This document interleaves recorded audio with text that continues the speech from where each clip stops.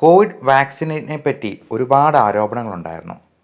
കാരണം Covid vaccine എടുത്തിട്ട് ഉടനെ തന്നെ ഭയങ്കരമായ പനിയും ബോഡി പെയിനും ക്ഷീണവും പ്രശ്നങ്ങളുമൊക്കെ ഒരുപാട് പേർക്ക് ഉണ്ടായിട്ടുണ്ട്. ആദ്യമേ തന്നെ പറയട്ടെ, കോവിഡ് വാക്സിനേഷൻ 4 ഡോസ് എടുത്തിട്ടുള്ളതാണ്. ഫസ്റ്റ് ഡോസ് കഴിഞ്ഞ് 3 ബൂസ്റ്റർ ഡോസും കൂടി ഞാൻ എടുത്തിട്ടുണ്ട്. എന്നാൽ അതിനുശേഷം എനിക്ക് കോവിഡ് വന്നു. വളരെ ലഘുവായിട്ടുള്ള രീതിയിൽ മാത്രം കോവിഡ് വന്നു പോയി. ചെറിയൊരു ജലദോഷപ്പനി വന്നതുപോലെ പോയുള്ളൂ. അത് ആദ്യത്തെ ഡോസ് എടുത്തതിന് ശേഷം കുറച്ച് നാൾ കഴിഞ്ഞപ്പോഴാണ് ഉണ്ടായത്. എൻ്റെ ജനറ്റിക് ഒരു പ്രീ ഡിസ്പോസിഷൻ ഹാർട്ട് അറ്റാക്കും സ്ട്രോക്കും വരാനുള്ള സാധ്യത വളരെ കൂടുതലായിരുന്നു താനും. അപ്പോൾ ഈ ഡി ഡൈമർ ടെസ്റ്റ് എന്ന് പറയുന്നത് നമ്മൾ എപ്പോഴാണ് ചെയ്യുന്നത്, എന്തിനാണ് ചെയ്യുന്നത്, അത് എന്താണ് അളക്കുന്നത് എന്നെല്ലാം നമ്മളൊന്ന് മനസ്സിലാക്കിയിരിക്കണം.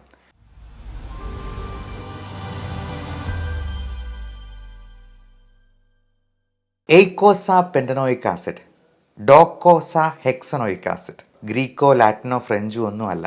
നമ്മുടെ ചെറുപ്പക്കാരിലുണ്ടാകുന്ന കുഴഞ്ഞു വീണുള്ള മരണത്തിന് ഏറ്റവും നല്ല പ്രതിവിധിയാണ് EPA DHA എന്ന ഈ ഷോർട്ട് ഫോമിൽ അറിയപ്പെടുന്ന ചില മോളിക്യൂൾസ്. നമുക്കറിയാം, കോവിഡിന് ശേഷം പല ചെറുപ്പക്കാരിലും ഹാർട്ട് അറ്റാക്ക്, സ്ട്രോക്ക് പോലുള്ള പ്രശ്നങ്ങൾ കൂടി വരുന്നുണ്ട്. കോവിഡ് വാക്സിനേഷൻ മൂലമാണ് എന്നൊരാക്ഷേപമുണ്ട്. അതുകൊണ്ട് തന്നെ എല്ലാവരും ഡി ഡൈമർ ടെസ്റ്റ് അത്യാവശ്യമായിട്ട് ചെയ്തിരിക്കണം എന്ന് ഒരു വാട്സപ്പ് മെസ്സേജ് പാറിപ്പറന്ന് നടക്കുന്നത് കണ്ടു. ഇതിൻ്റെ സത്യാവസ്ഥ എന്താണ്? കോവിഡ് വാക്സിൻ എടുത്തവർക്ക്, കോവിഡ് വന്നവർക്ക് ഒക്കെ ഈ ഹാർട്ട് അറ്റാക്കും സ്ട്രോക്കും വരാനുള്ള സാധ്യത കൂടുതലാണോ? 30കളിലും 40ലും ഉള്ളവർക്ക് ഈ ബ്ലോക്ക് ഉണ്ടാകുന്നത് കൊണ്ടുണ്ടാകുന്ന പ്രശ്നങ്ങൾ വരുന്നത് എന്തുകൊണ്ടാണ്? അതിനെ പ്രിവെൻറ്റ് ചെയ്യാൻ നമുക്ക് ഉള്ള പ്രതിവിധികൾ എന്തൊക്കെയാണ് എന്നുള്ളതെല്ലാം നമുക്കിന്ന് ഡിസ്കസ് ചെയ്യാം. നമസ്കാരം, ഞാൻ doctor Bipin Jose, pulmo medical centre, Pala, Kanjirappally and Sultan Bathery. ഞാൻ ആദ്യം പറഞ്ഞതുപോലെ കോവിഡ് വാക്സിനെ പറ്റി ഒരുപാട് ആരോപണങ്ങളുണ്ടായിരുന്നു. കാരണം കോവിഡ് വാക്സിൻ എടുത്തിട്ട് ഉടനെ തന്നെ ഭയങ്കരമായ പനിയും ബോഡി പെയിനും ക്ഷീണവും പ്രശ്നങ്ങളുമൊക്കെ ഒരുപാട് പേർക്ക് ഉണ്ടായിട്ടുണ്ട്. ആദ്യമേ തന്നെ പറയട്ടെ, കോവിഡ് വാക്സിനേഷൻ 4 ഡോസ് എടുത്തിട്ടുള്ളതാണ്. ഫസ്റ്റ് ഡോസ് കഴിഞ്ഞ് 3 ബൂസ്റ്റർ ഡോസും കൂടി ഞാൻ എടുത്തിട്ടുണ്ട്. എന്നാൽ അതിനുശേഷം എനിക്ക് കോവിഡ് വന്നു. വളരെ ലഘുവായിട്ടുള്ള രീതിയിൽ മാത്രം കോവിഡ് വന്നു പോയി. ചെറിയൊരു ജലദോഷപ്പനി വന്നതുപോലെ പോയുള്ളൂ. അത് ആദ്യത്തെ ഡോസ് എടുത്തതിന് ശേഷം കുറച്ച് നാൾ കഴിഞ്ഞപ്പോഴാണ് ഉണ്ടായത്. എൻ്റെ ജനറ്റിക് ഒരു പ്രീ ഡിസ്പോസിഷൻ ഹാർട്ട് അറ്റാക്കും സ്ട്രോക്കും വരാനുള്ള സാധ്യത വളരെ കൂടുതലായിരുന്നു താനും. അപ്പോൾ ഈ ഡി ഡൈമർ ടെസ്റ്റ് എന്ന് പറയുന്നത് നമ്മൾ എപ്പോഴാണ് ചെയ്യുന്നത്, എന്തിനാണ് ചെയ്യുന്നത്, അത് എന്താണ് അളക്കുന്നത് എന്നെല്ലാം നമ്മളൊന്ന് മനസ്സിലാക്കിയിരിക്കണം. നമ്മുടെ ഹൃദയത്തിലും അല്ലെങ്കിൽ നമ്മുടെ ബ്ലഡ് വെസൽസിലും രക്തക്കുഴലുകളിലും നമ്മുടെ ഹൃദയത്തിലേക്കുള്ളതും അതുപോലെ തലച്ചോറിലേക്കുള്ളതും കാലിലേക്കുള്ളതും ഒക്കെ ആയിട്ടുള്ള രക്തക്കുഴലുകൾ, ഇതിലേക്കെല്ലാം പ്രവഹിക്കുന്ന രക്തത്തിന് എന്തെങ്കിലും തടസ്സമുണ്ടാകാം. അതിൽ പല രീതിയിലുള്ള ബ്ലോക്കുകളുണ്ട്.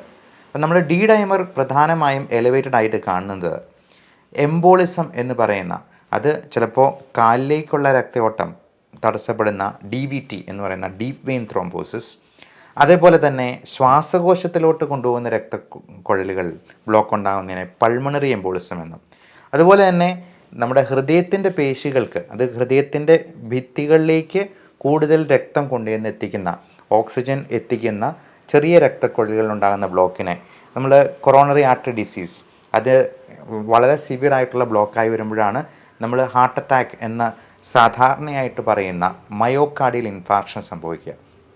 അപ്പോൾ ഈ ബ്ലോക്കുകളൊക്കെ ചിലപ്പോൾ 50%, 70% നമ്മൾ ആൻജിയോഗ്രാം ഒക്കെ ചെയ്തവർക്ക് പറയുന്നത് കേൾക്കാം. അത് 90%ൻ്റെ 2 ബ്ലോക്ക് ഉണ്ടായിരുന്നു, അല്ലെങ്കിൽ 3 ബ്ലോക്ക് ഉണ്ടായിരുന്നു. ട്രിപ്പിൾ വെസൽ ഡിസീസ്, അതായത് 3 രക്തക്കുഴലുകളിൽ, പ്രധാനപ്പെട്ട രക്തധമനികളിൽ, കൊറോണറി ആർട്ടറീസിൽ ബ്ലോക്ക് വരുന്നത്, അങ്ങനെയുള്ള പല കാര്യങ്ങളും നമ്മൾ പലപ്പോഴായിട്ട് കേട്ടിട്ടുണ്ടാവാം. ഇതുപോലെ തന്നെ തലച്ചോറിലേക്കുള്ള രക്തക്കുഴലുകളിൽ ബ്ലോക്ക് ഉണ്ടാകാം, സെറിബ്രൽ എംബോളിസമായിട്ട്. അപ്പോൾ എന്ത് ബ്ലോക്ക് വന്നാലും അതിലേക്ക്, ആ അവയവത്തിലേക്ക് രക്തം കൊണ്ടുവന്നെത്തിക്കുന്നതിൽ കുറവ് വരികയും അതിൽ പ്രധാനമായിട്ടും ഓക്സിജൻ എന്ന് പറയുന്ന ന്യൂട്രിയൻറ്റ് ഇല്ലാതെ വരുമ്പോഴേക്കും ആ കോശങ്ങളെല്ലാം നിർജീവമാവുകയും ചെയ്യുകയാണ് ചെയ്യുന്നത്. ഈ ബ്ലോക്കുകൾ തന്നെ പലതരത്തിലുണ്ട്.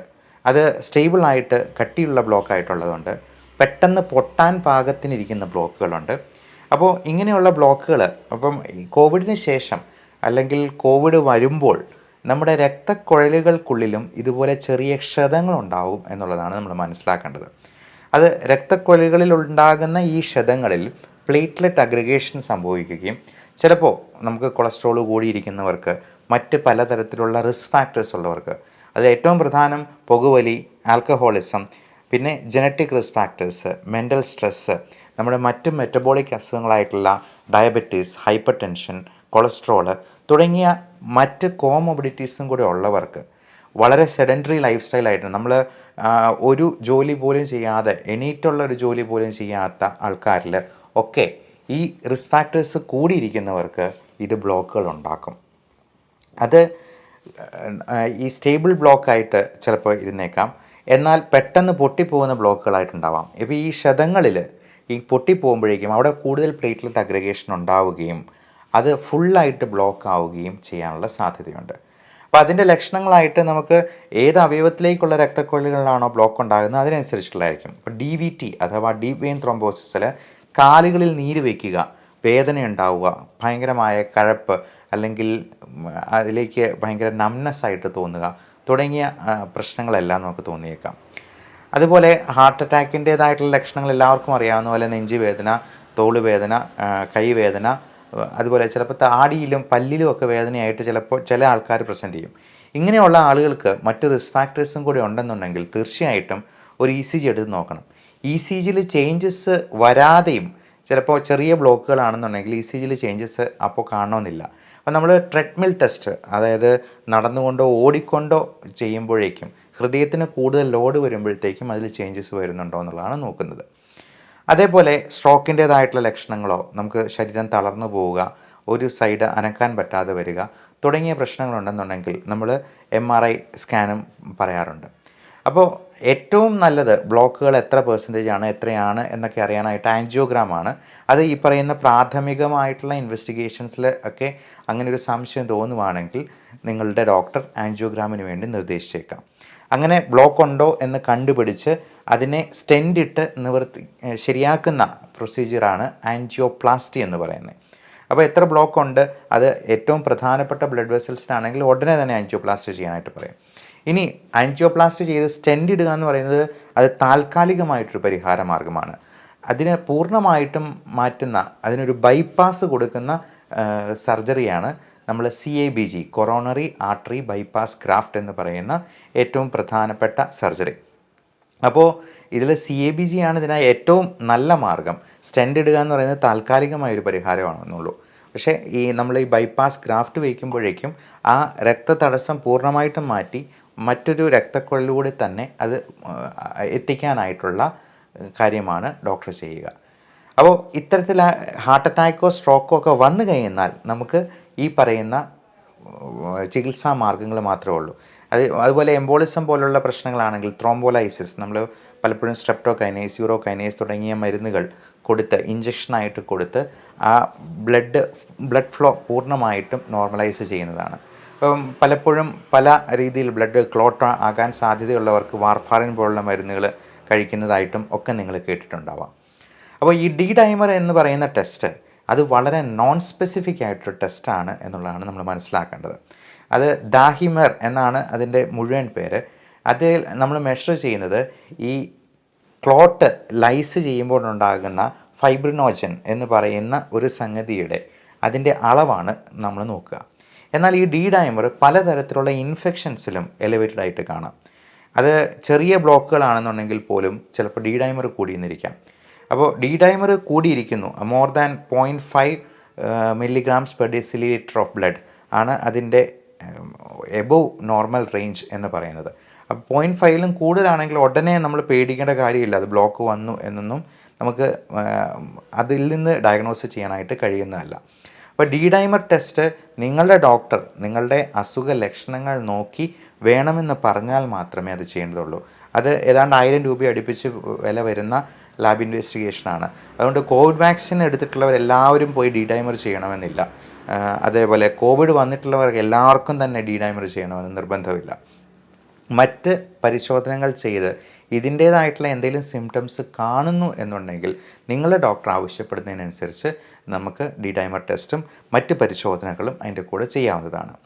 ഇനി ഡി ഡൈമർ എലവേറ്റഡ് ആകുന്ന കണ്ടീഷൻസ്, അതുപോലെ ഹൃദയത്തിൽ ബ്ലോക്ക് ഉണ്ടാകുന്ന അല്ലെങ്കിൽ സ്ട്രോക്ക് ഉണ്ടാകുന്ന, കുഴഞ്ഞു വീണുള്ള മരണങ്ങൾക്ക് ഏറ്റവും പ്രധാനപ്പെട്ട ഹൃദയാഘാതം ഒഴിവാക്കാനായിട്ട് നമുക്ക് നമ്മുടെ ഭക്ഷണത്തിൽ ഉൾപ്പെടുത്താവുന്ന ഏറ്റവും നല്ല സംഗതിയാണ് ആദ്യം പറഞ്ഞ EPA DHA എന്ന രണ്ട് മോളിക്യൂൾസ്. അപ്പോൾ ഇത് എന്താണ് എന്നുള്ളത് നമ്മൾ മനസ്സിലാക്കിയിരിക്കുക. omega-3 ഫാറ്റി ആസിഡ് എന്ന് പറയുന്ന സംഗതിയാണ്. നമ്മൾ ഏതാണ്ട് എക്കോസ്പ്രിൻ, ക്ലോപ്പിഡോഗ്രൽ, അട്രോസ്റ്റാറ്റിൻ തുടങ്ങിയ ട്രിപ്പിൾ ഡ്രഗ് കോമ്പിനേഷനാണ് നമ്മൾ ഈ ഹാർട്ട് അറ്റാക്ക് വന്നിട്ടുള്ളവർക്ക് പോലും ഇനി അറ്റാക്ക് ഉണ്ടാകാതിരിക്കാൻ വേണ്ടി കൊടുക്കുക. വിദേശ രാജ്യങ്ങളിലൊക്കെ ഒരു 40 വയസ്സ് കഴിയുന്നവർക്ക് നേരത്തെ പറഞ്ഞ 2ൽ കൂടുതൽ റിസ്ക് ഫാക്ടേഴ്സ് ഉണ്ടെന്നുണ്ടെങ്കിൽ എക്കോസ്പ്രിൻ മരുന്ന് സ്റ്റാർട്ട് ചെയ്യാനായിട്ട് തന്നെ ഡോക്ടർ പറയാറുണ്ട്. അതുപോലെ സ്റ്റാറ്റിൻ മരുന്നുകളും കൊളസ്ട്രോൾ ലോവർ ചെയ്ത് നിർത്തേണ്ടത് നമ്മൾ അത്രയും റിസ്ക് ഫാക്ടർ കുറഞ്ഞിരിക്കുകയാണ് ചെയ്യുന്നത്. ഇതോടൊപ്പം ഡയബറ്റീസും ഹൈപ്പർ ടെൻഷനും കൊളസ്ട്രോളും ഒക്കെ നമ്മൾ നോർമലൈസ് ചെയ്തിരിക്കുക. Body weight, body mass index ഒക്കെ നോർമലായിട്ട് തന്നെ കീപ്പ് ചെയ്യാനായിട്ട് ശ്രദ്ധിക്കുക. സെഡൻറ്ററി ലൈഫ് സ്റ്റൈൽ ഒഴിവാക്കാൻ പരമാവധി എക്സസൈസിന് ഇമ്പോർട്ടൻസ് കൊടുക്കുക. നമ്മൾ ഡോക്ടർമാർ ഇരുന്നുകൊണ്ട് ജോലി ചെയ്യുന്നവരാണെങ്കിലും ഞാൻ എല്ലാ പേഷ്യൻസിനെയും എഴുന്നേറ്റ് നിന്ന് അവരെ സ്റ്റെത്ത് വെച്ച് നോക്കാനായിട്ട് ശ്രമിക്കാറുണ്ട്. അതുകൊണ്ട് 3 ഗുണങ്ങളുണ്ട്. ഒന്ന്, എനിക്ക് ഒരു 50 സിറ്റപ്സ് എങ്കിലും കിട്ടും 50 പേഷ്യനെ നോക്കുമ്പോഴേക്കും. 2, പേഷ്യനെ നന്നായിട്ട് നോക്കാനായിട്ട് എനിക്ക് കഴിയും. 3, പേഷ്യൻറ്റിന് സ്വയം ഒരു തോന്നലുണ്ടാവും, ഡോക്ടർ എന്നെ നന്നായിട്ട് നോക്കി എന്നുള്ളൊരു സംതൃപ്തി അവർക്ക് കിട്ടും. അപ്പോൾ ഈ സംതൃപ്തി എനിക്കും രോഗിക്കും കിട്ടുകയും ചെയ്യും, അത്രയും എക്സസൈസും കിട്ടും. അത്തരത്തിൽ നമുക്ക് എത്രത്തോളം എനർജി നമുക്ക് യൂസ് ചെയ്യാൻ പറ്റുമെന്നുള്ളത് ഓരോരുത്തരും അവരുടെ ജോലിയുടെ കാര്യങ്ങൾ നോക്കി ആലോചിച്ച് തീരുമാനിക്കുക. ഈ പറഞ്ഞ omega-3 ഫാറ്റി ആസിഡ് എവിടെ നിന്ന് കിട്ടും? ഇതിന് ഏറ്റവും നല്ല റിച്ച് സോഴ്സ് എന്ന് പറയുന്നത് നമ്മുടെ വളരെ വില കുറഞ്ഞ മത്തി, അയല പോലുള്ള ഫിഷസ് നമ്മൾ കറി വെച്ച് കഴിക്കുമ്പോഴാണ്. അതേപോലെ ചിയ സീഡ്സ്, ചണവിത്തുകൾ തുടങ്ങിയ സംഗതികളിലും omega-3 ഫാറ്റി ആസിഡ്സ് അടങ്ങിയിട്ടുണ്ട്. എന്നിരുന്നാലും ഏറ്റവും നന്നായിട്ട് കിട്ടുന്നത് ഫിഷ് ഓയിൽ എന്ന് പറയുന്ന സംഗതിയിൽ തന്നെയാണ്. ഒരു ദിവസം 1 ഗ്രാം omega-3 ഫാറ്റി ആസിഡ് ഉള്ളിലോട്ട് ചെല്ലുക. അതിൽ ഏറ്റവും നല്ല 2 omega-3 ആണ് ഞാൻ ഈ പറഞ്ഞ EPA DHA. അതേപോലെ ALA എന്ന് പറയുന്ന ഒരു omega-3 ഫാറ്റി ആസിഡും കൂടി അതിലടങ്ങിയിട്ടുണ്ട്. ഇത് 3ഉം നമ്മൾ സപ്ലിമെൻറ്റ് ചെയ്യുന്നത് തീർച്ചയായിട്ടും ഏതാണ്ട് എക്കോസ്പ്രിൻ കഴിക്കുന്നതിനോട് അത്രയും തന്നെ ബെനിഫിഷ്യൽ എഫക്റ്റ് ഉണ്ട് എന്നുള്ളതാണ് പല പഠനങ്ങളും കാണിക്കുന്നത്. എന്നാൽ ഹാർട്ട് അറ്റാക്ക് വന്നു കഴിഞ്ഞാൽ അല്ല സ്ട്രോക്ക് വന്നു കഴിഞ്ഞാൽ ഒരു കാരണവശാലും ഈ മരുന്നുകൾ മാറ്റി വെച്ചിട്ട് ഇത് മാത്രം കഴിക്കരുത്. അതുകൊണ്ട് യാതൊരു പ്രയോജനമില്ല. അത് വരാതെ പ്രിവെൻറ്റ് ചെയ്യാൻ വേണ്ടിയാണ് നമുക്ക് ഈ പറഞ്ഞ omega-3 ഉപയോഗിക്കാവുന്നത്. അതുപോലെ ഏറ്റവും നല്ല ആൻറ്റി ഓക്സിഡൻറ്റ് പ്രോപ്പർട്ടീസ് ഉള്ളതാണ് നമ്മുടെ ഇഞ്ചി, അതേപോലെ തന്നെ വെളുത്തുള്ളി, ഗാർലിക് എന്ന് പറയുന്ന സംഗതി. ഇതിൽ രണ്ടിലുമുള്ള ആൻറ്റി ഓക്സിഡൻസും അതിലെ മോളിക്യൂൾസ് പലതും നമുക്ക് ഇത്തരത്തിലുള്ള ബ്ലഡ് വെസൽസിലെ ബ്ലോക്ക് ഉണ്ടാക്കുന്നത് കുറയ്ക്കാനായിട്ട് സഹായിക്കും. എന്നാൽ വെളുത്തുള്ളി കഴിക്കുമ്പോൾ വെറും വയറ്റിൽ കഴിക്കാതിരിക്കാൻ ശ്രദ്ധിക്കുക, കാരണം അത് ഗ്യാസ്ട്രൈറ്റിസ് ഉണ്ടാക്കാൻ സാധ്യതയുണ്ട് എന്നുള്ളതുകൊണ്ട്. അപ്പോൾ വെളുത്തുള്ളിയൊക്കെ നമ്മുടെ ഭക്ഷണത്തിൽ കൂടുതലായിട്ട് ഉൾപ്പെടുത്താം. അതുപോലെ ഇഞ്ചി ആണെങ്കിലും കൂടുതലായിട്ട് ഉൾപ്പെടുത്താം. അത് നമ്മൾ മാറ്റി വയ്ക്കാതെ, ഇഞ്ചിയൊക്കെ പലർക്കും അത് മാറ്റി വയ്ക്കുന്നൊരു സ്വഭാവമുണ്ട്. അതുപോലെ തന്നെ കറിവേപ്പിലയൊക്കെ നമ്മുടെ വീട്ടിൽ തന്നെ തൊടിയിൽ തന്നെ ഉണ്ടാക്കുന്ന കറിവേപ്പിലയായിരിക്കണം. വിഷമടിച്ച് കിട്ടുന്ന സാധനം കഴിക്കണമെന്ന് ഞാൻ പറയില്ല. ഈ കറിവേപ്പിലയും ജിഞ്ചറും അതുപോലെ ഗാർലിക്കും ഒക്കെ നമുക്ക് ഭക്ഷണത്തിൻ്റെ കൂടെ തന്നെ കൂടുതലായിട്ട് അങ്ങ് കഴിക്കാം. അതെടുത്ത് കറിവേപ്പില പോലെ അങ്ങ് കളയണ്ട, അത് വയറ്റിലോട്ട് തന്നെ ചെല്ലട്ടെ. അതിന് ഒരുപാട് ആൻറ്റി ഓക്സിഡൻറ്റ് പ്രോപ്പർട്ടീസ് ഉണ്ടെന്നുള്ള കാര്യം മനസ്സിലാക്കുക. അതുപോലെ മുരിങ്ങയില നമുക്ക് കൂടുതലായിട്ട് ഉൾപ്പെടുത്തുന്നത് നമ്മുടെ BP കുറയാനായിട്ട് സഹായിക്കും. ABC ജ്യൂസ് എന്ന് പറയുന്നുണ്ട്, ആപ്പിൾ, ബീട്രൂട്ട്, ക്യാരറ്റ്. ഇത് 3ഉം ചേർന്നിട്ടുള്ള ജ്യൂസ് നമുക്ക് രാത്രി ഭക്ഷണം മീൽസ് ഒഴിവാക്കിയിട്ട് ഈ ജ്യൂസ് തന്നെ 1-2 ഗ്ലാസ് കുടിച്ചോളൂ. പിറ്റേ ദിവസം വയറ്റിൽ നിന്ന് പോകുമ്പോൾ ബീട്രൂട്ടിൻ്റെ കളർ കണ്ട് പേടിക്കണ്ട. അത് ബീട്രൂട്ടിൻ്റെ തന്നെ ഫൈബർ കണ്ടൻറ്റ് നല്ലപോലെ ഉള്ളതുകൊണ്ട് നമ്മുടെ വയറ്റിലെ സംഗതികളെല്ലാം ഒരു ചൂല് പോലെ അടിച്ച് വൃത്തിയാക്കി പുറന്തള്ളുന്നതാണ് എന്ന് സമാധാനിക്കുക. അത് നമുക്ക് ഒത്തിരി സന്തോഷം ഉണ്ടാക്കേണ്ട കാര്യമാണ്. നമ്മുടെ രക്തമൊക്കെ ആ ബീട്രൂട്ടിൻ്റെ കളർ പോലെ നല്ല സ്ട്രോങ് ആയിട്ട് അങ്ങ് പോകാനായിട്ട് ഈ ABC ജ്യൂസ് BP കുറയ്ക്കാനും വളരെ ഉത്തമമായിട്ടുള്ള ഒരു ജ്യൂസാണത്. ഞാൻ എല്ലാ ദിവസവും കുടിക്കുന്ന ഒരു ജ്യൂസും കൂടിയാണ് ABC ജ്യൂസ്. അതേപോലെ ഈ എക്കോസ്പ്രിൻ, ക്ലോപ്പിഡോഗ്രൽ, അറ്റോസ്റ്റാറ്റിൻ അതിൻ്റെ ലോഡിംഗ് ഡോസുണ്ട്, മെയിൻ്റനൻസ് ഡോസുണ്ട്. അത് കൃത്യമായിട്ട് കഴിക്കുന്നു എന്നുള്ളത് ഉറപ്പ് വരുത്തുക. അല്ലെങ്കിൽ നമുക്ക് ഹാർട്ട് അറ്റാക്ക് വരാനുള്ള സാധ്യത അത്രയധികം കൂടുകയാണ്. നമുക്കറിയാം, ഒരു 50 വയസ്സ് കഴിഞ്ഞെന്നാൽ ഈ പറഞ്ഞ സാധ്യതകളെല്ലാം എല്ലാവർക്കും കൂടുന്നുണ്ട്. പ്രത്യേകിച്ചും സ്ത്രീകൾക്കാണെങ്കിൽ പോലും ഈസ്ട്രജൻ്റെ ഒരു പ്രൊട്ടക്റ്റീവ് എഫക്റ്റ് മെനോപോസോടുകൂടി നിൽക്കുകയാണ്. അത് കഴിഞ്ഞാൽ ഹാർട്ട് അറ്റാക്കും സ്ട്രോക്കും വരാൻ സ്ത്രീകൾക്കും സാധ്യത കൂടുതലാണ്. അതേപോലെ തന്നെ പുതിയ രീതിയിലുള്ള മോളിക്യൂൾസ് ഇന്ന് മോഡേൺ മെഡിസിനിൽ അവൈലബിൾ ആണ്. പ്രത്യേകിച്ചും എക്കോസ്പ്രിനൊക്കെ ഒരുപാട് ഗ്യാസ്ട്രൈറ്റിസ് ഉണ്ടാക്കുന്നു എന്നുള്ളതുകൊണ്ട് അതിന് പകരം നമ്മൾ കൊടുക്കുന്ന ഒരു പുതിയ മരുന്നാണ് ഡാബിഗാട്രാൻ.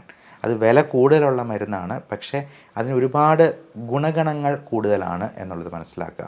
അപ്പോൾ ക്ലോപ്പിഡോഗ്രലിൻ്റെ 75 മില്ലിഗ്രാം ഗുളിക കഴിക്കുന്നതിനേക്കാൾ 2-3 ഇരട്ടി ബെനഫിറ്റ്സ് ഡാബിഗാട്രാൻ പോലുള്ള മരുന്നുകൾക്കുണ്ട് എന്നുള്ളതാണ് പുതിയ പഠനങ്ങൾ കാണിക്കുന്നത്.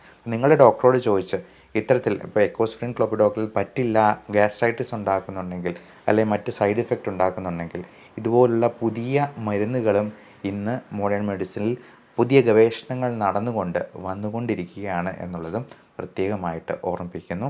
എല്ലാവർക്കും നല്ല ആരോഗ്യം ആശംസിക്കുന്നു. Love and regards, doctor Bipin Jose, pulmo medical centre, Pala, Kanjirappally and Sultan.